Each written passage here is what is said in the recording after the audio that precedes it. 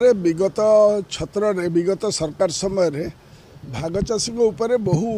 प्रश्नवाची उठी एवं भाग चाषी मान रेवेन्यू लटा कौन से प्रांजल भाव में आम कहीदेलु जो तत्कालीन कांग्रेस नेता नरसिंह भाई ये कथा उत्थापन करते तेणु बर्तमान जो सरकार सी भाग चाषी कि से लंगल कंठी धरी ना किए भाग चाषी ता विषय से अनभिज्ञ तो दोष दबा नहीं किंतु सरकार बाचाल हो जाइए बाचामी यही दुई तीन प्रकार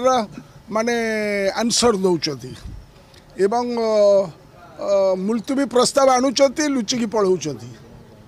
मुलतवी प्रस्ताव उत्तर मध्य रखुना आम जो मैंने मुलतवी प्रस्ताव को देचु तार कौन सी उत्तर मध्य रखुना विधानसभा जो गौरव एवं गारिमा ता द्वारा माने भूलुंठित मत दुख लगुच कहीं यही द्वंद्वात्मक आंसर दि जाऊँगी भाग चाषी माने ओडिशा रे नाहंती ताको संख्या कमी दि जाऊँगी माने से जो अधिकारटा पाइबा कथा से अधिकार